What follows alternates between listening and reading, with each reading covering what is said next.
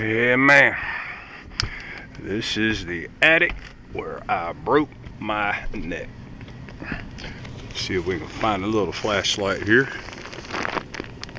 I think it just came on with a time delay. GMC left-hand discharge. Let's see some notes here. Let's see, PVC float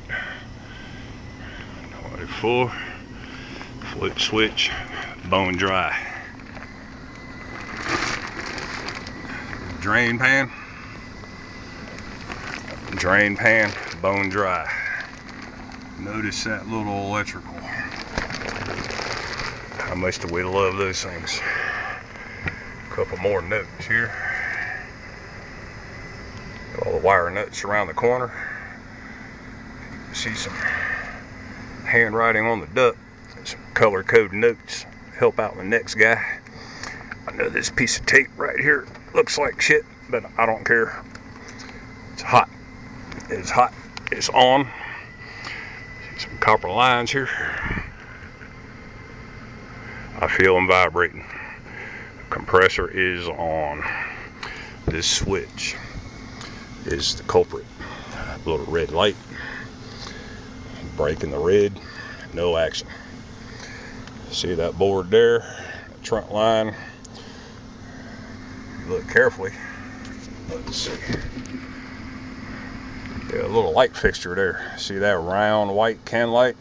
Very sensitive on the sheetrock. I broke my neck putting this unit together by myself.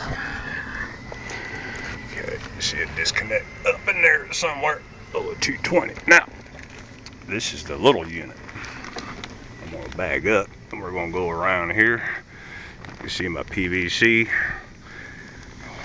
Primary's insulated. They had a sweating issue going down the wall. Black mold everywhere. Insulated this line from point A underneath all the way down to point B. Okay, there's some copper lines here. Now, here's another air handler. This was kind of a stand-up job. I know it's hard to see, but there's some copper lines. It shoots off to the left there. Got a couple nightmares in there with two guys that refused to play with me. But that's another story. So, we'll blame this one on a bad electronic float switch. I believe I feel it running. Let's see. Yep, got some cold copper too. Alright, we're out of here. It's Miller time. Okay.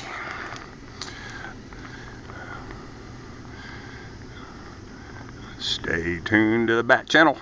We'll be back.